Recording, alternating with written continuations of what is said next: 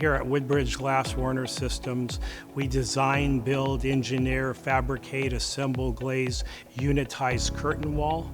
So basically we put facades on high-rise buildings. We use Spanco bridge cranes.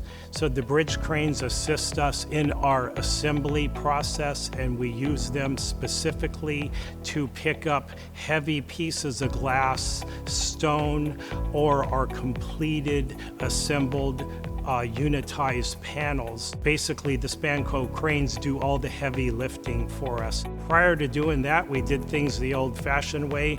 We'd have 4 to 6 guys picking up a heavy unit, which is inefficient, unsafe, and not really productive. The Spanco product offered competitive pricing, quick lead times, easy installation for us. Our guys that work within the plants absolutely love the Spanco product because it's very user-friendly and easy to operate.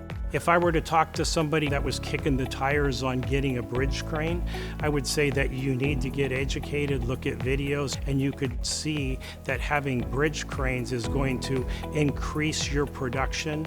When you're more productive and you're able to produce more units per day with less people, that will no doubt increase your bottom line.